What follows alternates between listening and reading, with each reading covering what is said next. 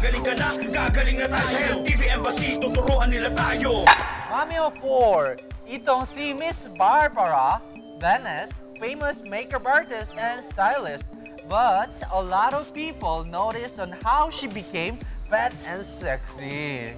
Okay, kasi noon daw itong si Mami na ito, sobrang fully booked sa kanyang schedule, sa kanyang pamilya at sa kanyang work. Kaya hindi niya napagtuunan ng pansin ang kanyang kalusugan. At ang nakakatuwa, ikukwento niya ang kanyang journey to a better and sexy life. Heto ang kanyang kwento.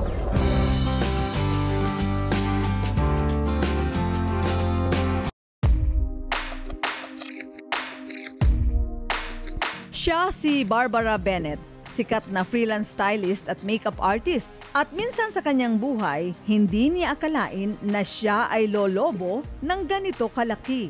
Obesity ang tawag kapag sobra ang taba sa katawan.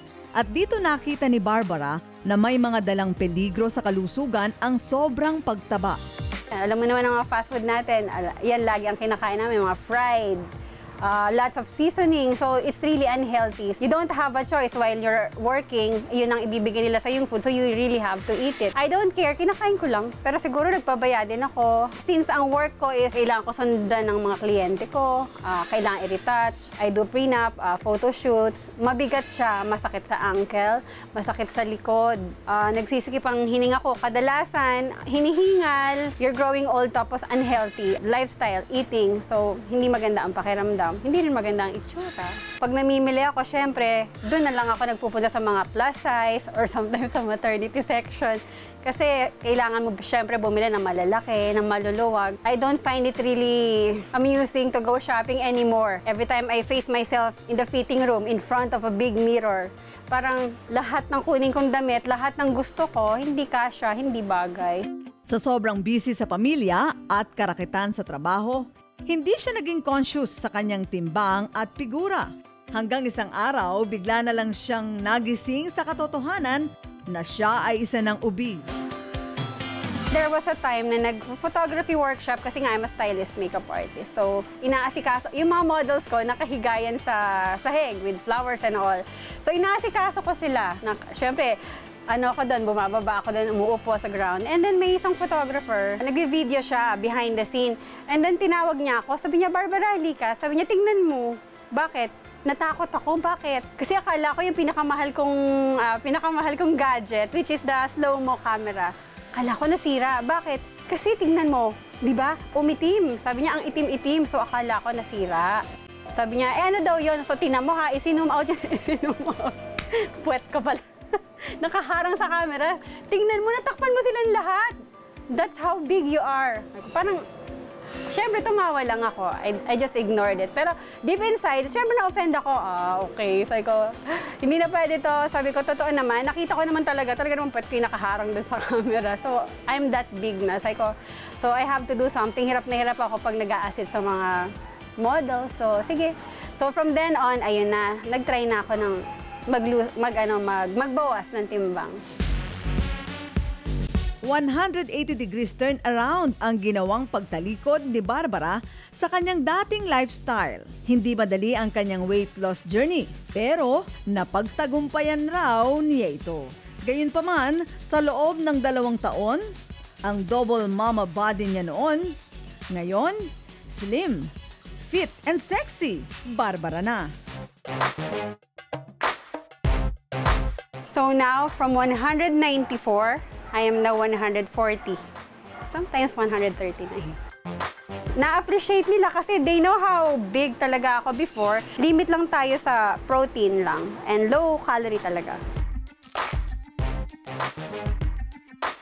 Alam niyo ba na tinuloy-tuloy lang ni Barbara ang pagpunta sa gym? Kinarir niya ang pagbabawas ng timbang. Sinabayan niya rin ang pagkain ng mga low-calorie food. So, basically, pinaghalo lang siya mixture lang siya ng lemon juice, maple syrup, at cayenne pepper na nabibili lang yan sa health store. So, ito ang pinakaunang ginawa kong step, ang pag-detox.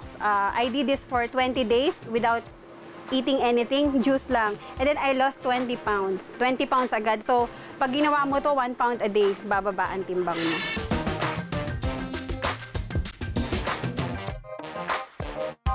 Maliban sa cleansing, nag-ano rin ako, very low-calorie diet, which is, ito ang pagkain ko sa isang araw. Like, every serving, kailangan 100 grams of chicken or 100 grams of fish. Ayan siya. This is a sample of lunch. So, ito yung fish na steam. Pwede kang gumamit na pampalasa na garlic, pwede kang mag-ginger, pwedeng mag-pepper, pero huwag mo nang lalagyan ng salt. You can use liquid amino para yun na yung pinaka-pampalasa. Meron siyang combination ng fruit. This is lunch. And then, ito naman ang sample ng dinner. Chicken breast. Steam din siya. Para naman sa merienda ng ating low-calorie diet, I eat Melba toast. Etong cracker na to, walang sugar, walang salt, wala ring lasa. And then I drink lots and lots of green tea.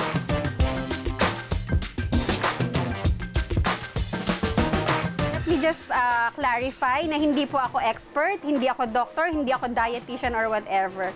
I'm just sharing you kung ano yung mga personal experiences ko, and I know that it worked for me and it will work for you kung talagang susundin mo lang. At tila ang mga malalaking size na damit na ito, ang tanging alaala na lang ng lumipas. So ngayon, from 194 pounds, I just want to share. Eto, ganito kalaki yung pants ko before. From 44, size 44, I am now 27 na yung waistline ko. So, kayang-kaya. It's really doable. So, may encourage ko talaga. Ito yung pants ko ngayon. Oh, you see? So, ito yung mga damit ko dati. Almost half talaga yung nabawas. Etong damit na to, memorable sa akin to, hindi ko to tinapon kasi, or hindi ko pinamigay kasi ito yung damit ko nung payat ako. Siguro mga 15 years na to sa closet ko. It may not be that easy, pero it's really doable kung talagang seryoso lang kayo sa pagbabawas ng timbang.